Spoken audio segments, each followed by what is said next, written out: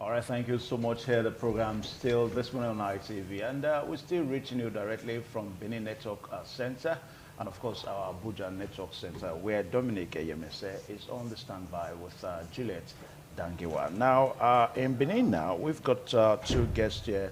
I have Mr. Paul Okumbawa, a renowned educationist, and somebody that is so concerned about the plight of students and of Nigerians, of course, most especially when it has to do with diaspora issues. And also, too, you're welcome, Mr. Paul. Yeah, you're welcome. We've got Mr. Samuel Higato, a foremost public affairs analyst, and also sometimes a political analyst, too, and a political watcher. You're welcome, sir, on this program this morning on ITV. Good morning. Now, the two names in Sudan today, we have Abdel, General Abdel Fattah Burhan.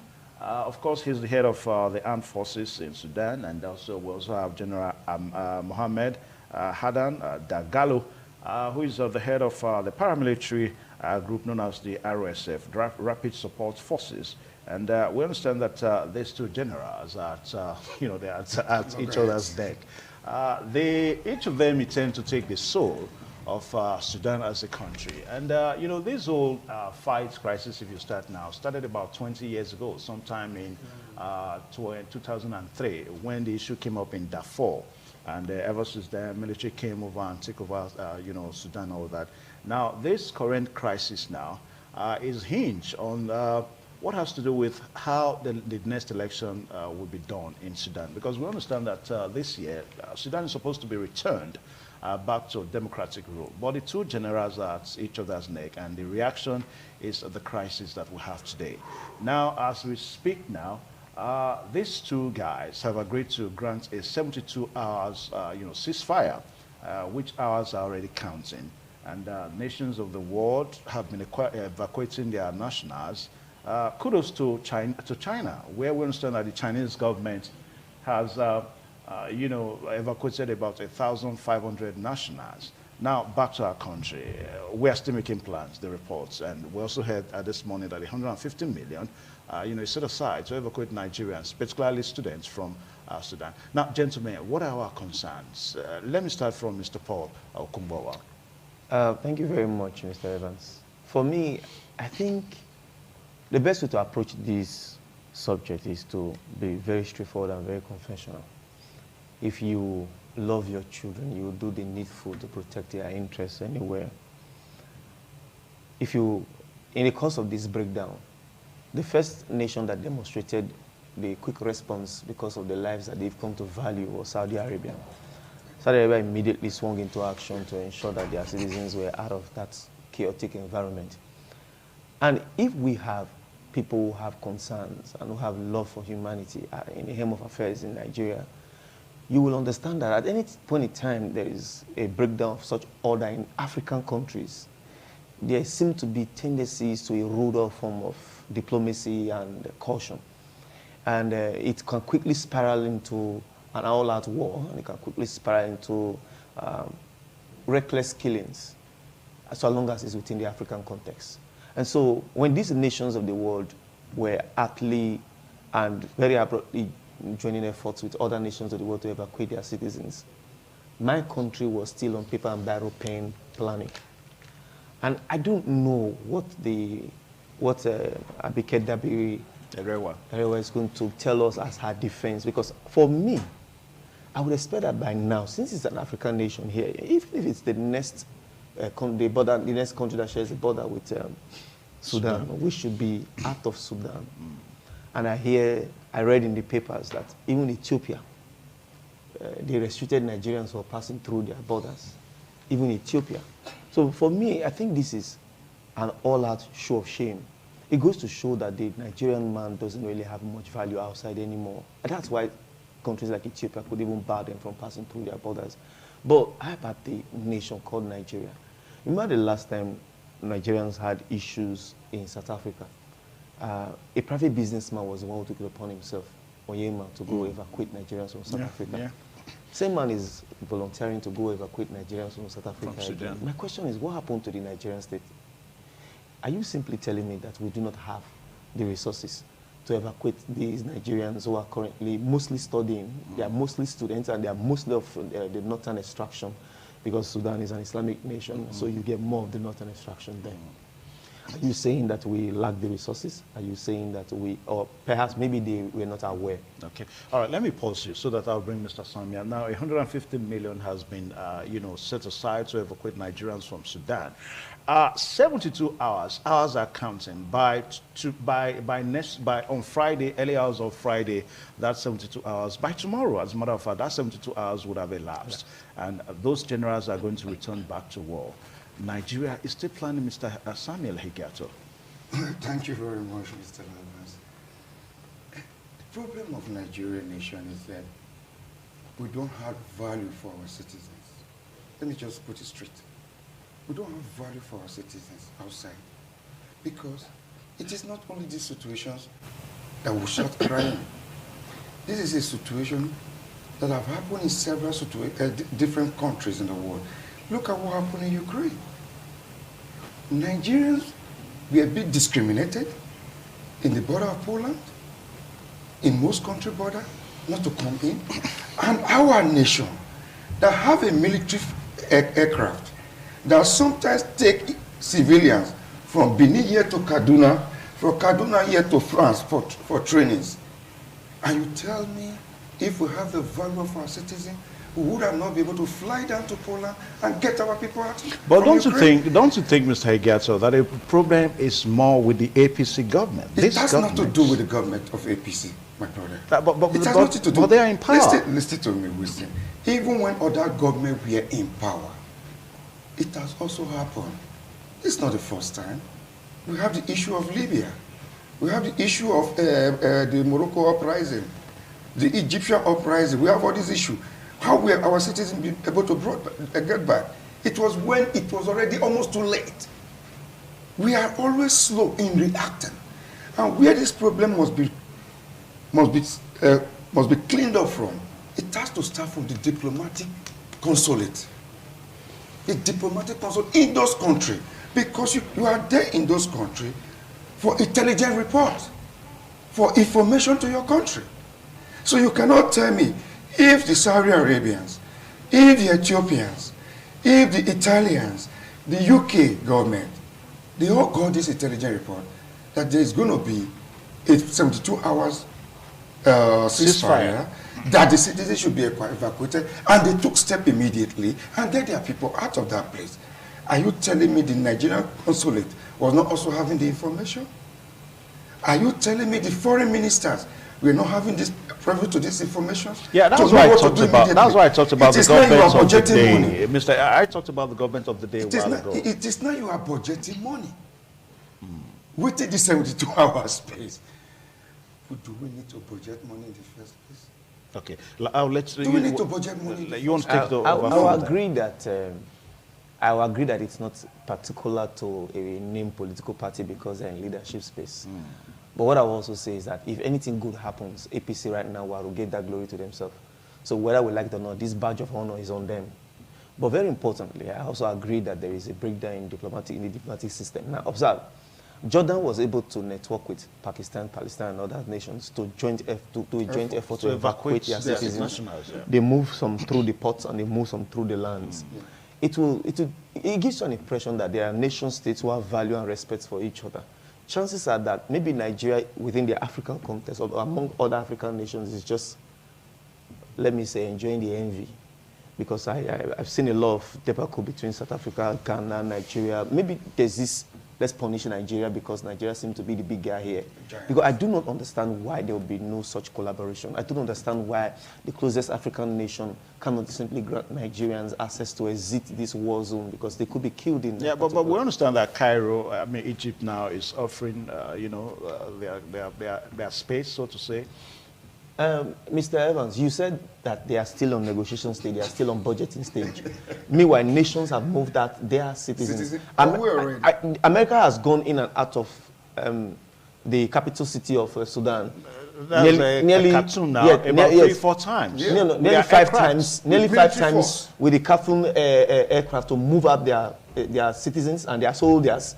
They've gone there about 5 times. Then China has gone in and moved in more than 1,300 of their citizens. Jordan has done joint evacuation Saudi with Pakistan Arabia and all too. that. Saudi started the whole thing, moved that much of their citizens. Why is the Nigerian state still on the stage of planning? Why are they still on the base of budget? Why can't there just simply be a quick response, a rapid response? Are we saying that we do not have the resources? Are we saying that there have to be a budget for disaster? When disaster happens, before the budget is appropriated, don't we have relief or disaster allocated budgets, or for emergencies of this sort? Have we not had a lot of international breakdowns where Nigerians are completely demonized outside this country, where the Nigerian state didn't even respond? Once upon a time, Nigerians was almost literally butchered in the streets of India. Nigerians were maimed in China. What was the strong response of the Nigerians? Sometimes, I always argue that if you are Gary, if you are not good in Eba, be good in soaking. You can't be poor at all things. Even if we do not have the military might, we have numbers, we have population here. We have industries and companies sited here. If South Africa had treated Nigerians illy as they did before, and the Nigerian state had the infantry to stop MTN and stop 3 or 5 of their companies in 1 week, when they calculate the colossal loss that comes to their economy, they will start behaving themselves. Yeah, but that's when they start talking to themselves. But they also pay their rights too, so Nigeria will No, also I understand that whether they pay their rights or not. See, Mr. Evans, if I come into your house today and I break to your doors and you see me armed and ready to kill your children, you will erode all forms of existing protocol. Okay. And the first thing that will occur to your mind is how to defend your children. So that becomes the first rule. So whether you take up arms to defend me or not, it becomes immaterial in terms of international understanding or international agreement and treaties, when in the first instance your citizens were being killed and maimed for just no reason. Okay, now Mr. Igato, perhaps the problem is more with Nigerians themselves. Now, let's take our mind back to South Africa, where we had xenophobic attack. The Nigerian authority went there, and Nigerians did not come out to be rescued. The same thing is almost happening in Sudan now, whereby, as at yesterday, about 40 buses were on the ground.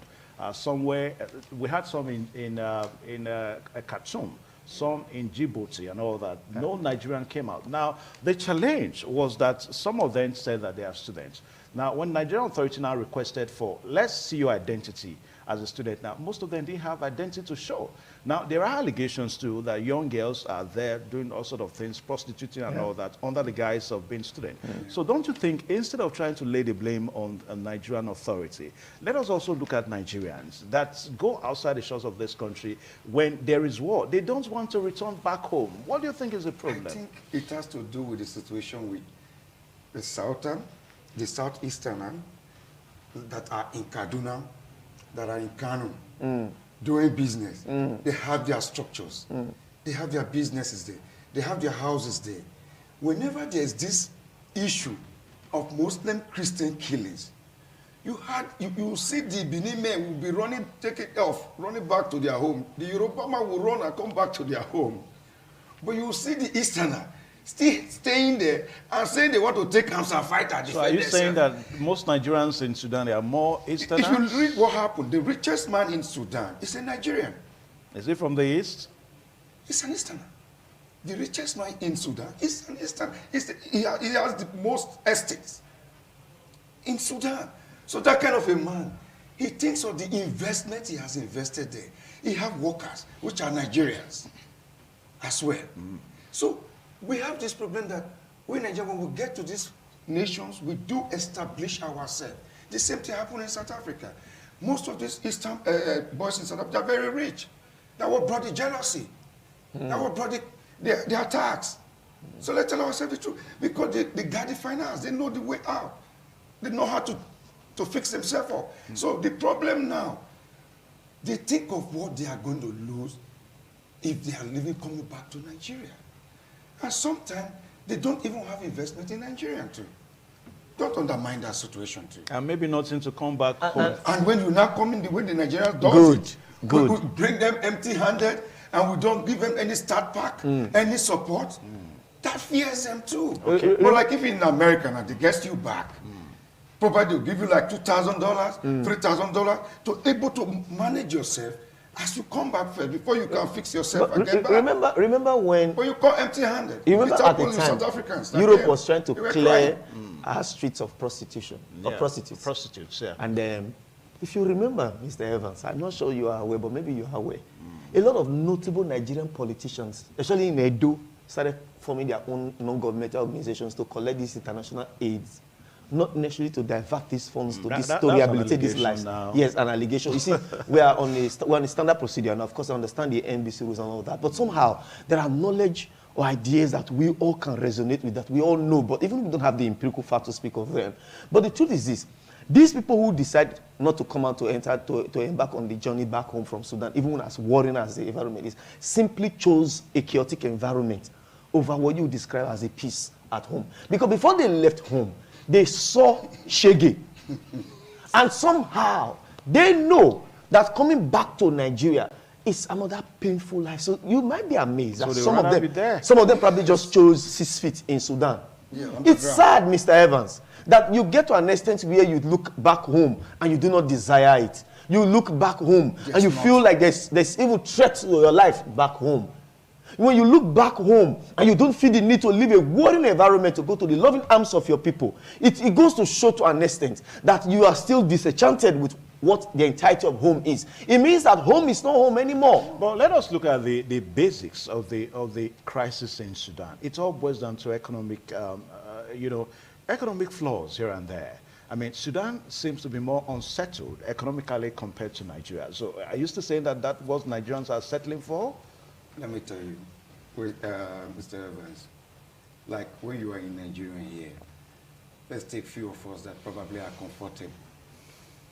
Then when you take those that are not comfortable, that can sometimes not even feed themselves a day, once a day, and he managed to gather a little funds. He managed by begging here and there, seeking funds from family, and sometimes sell properties, and then use the leg to cross the desert to Sudan. You know the stress he went through to get to Sudan now. To Sudan?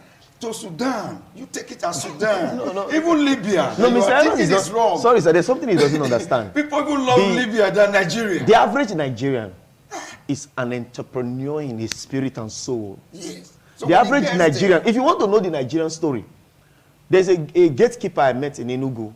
He's from Côte d'Ivoire.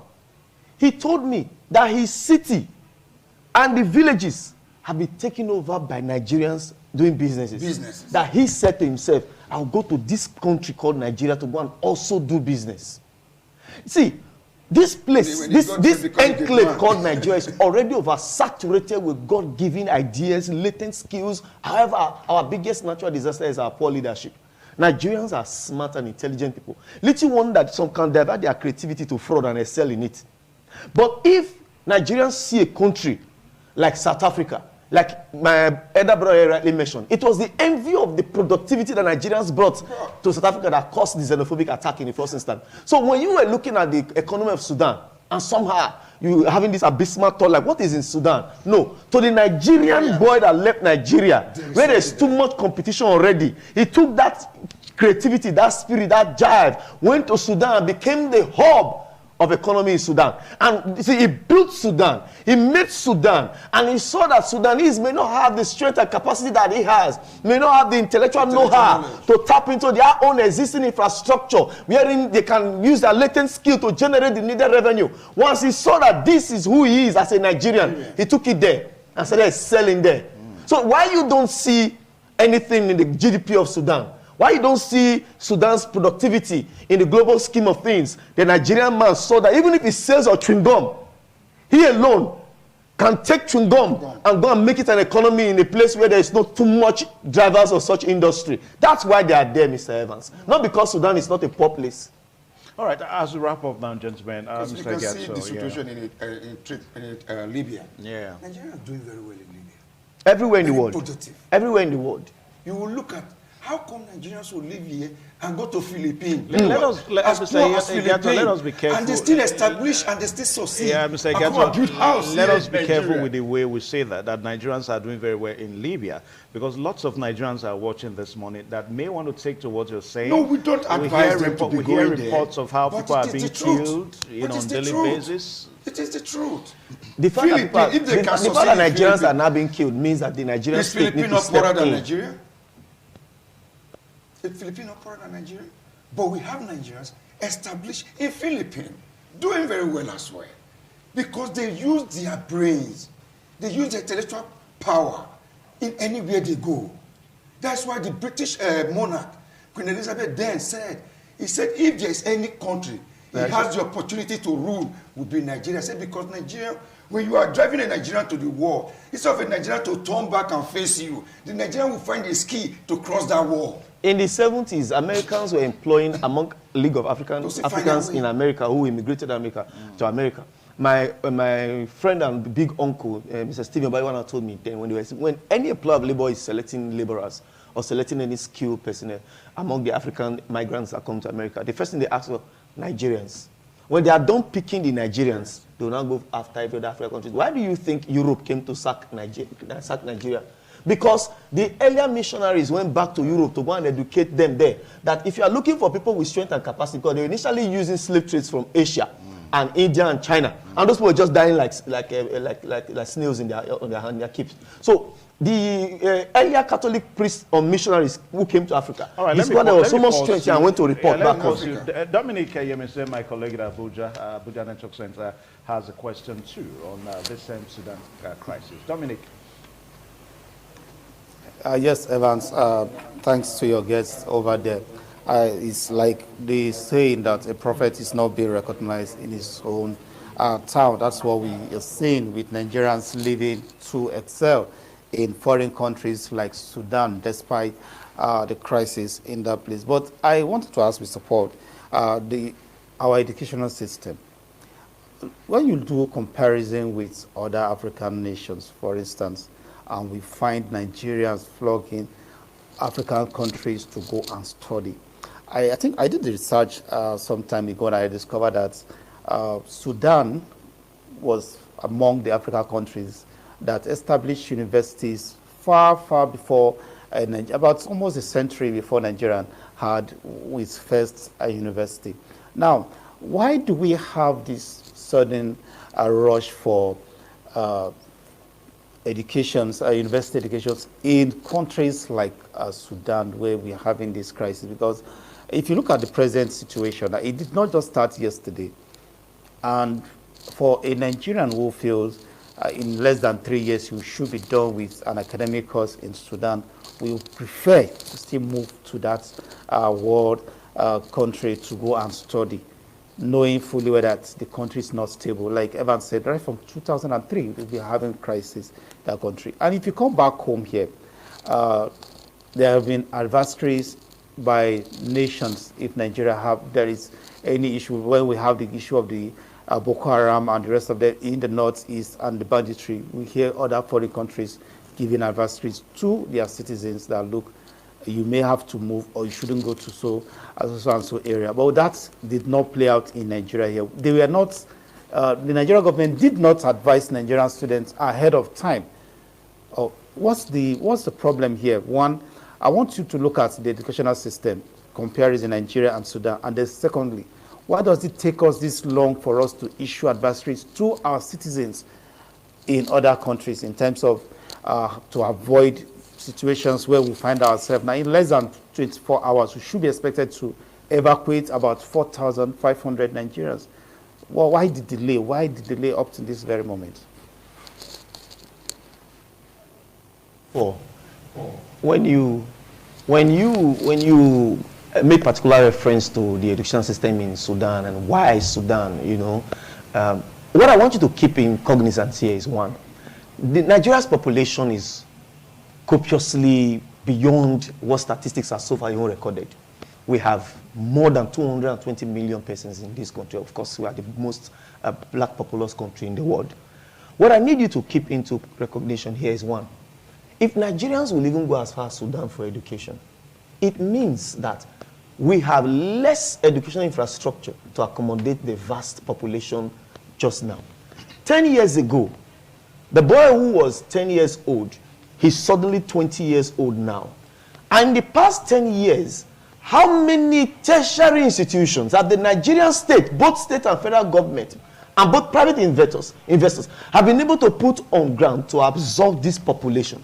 Because as Much as we are educators and we're in the business of education, I can tell you bluntly, Mr. Evans, that on a yearly basis, we play host to thousands of young persons who are desirous to study, but they don't just have the placement.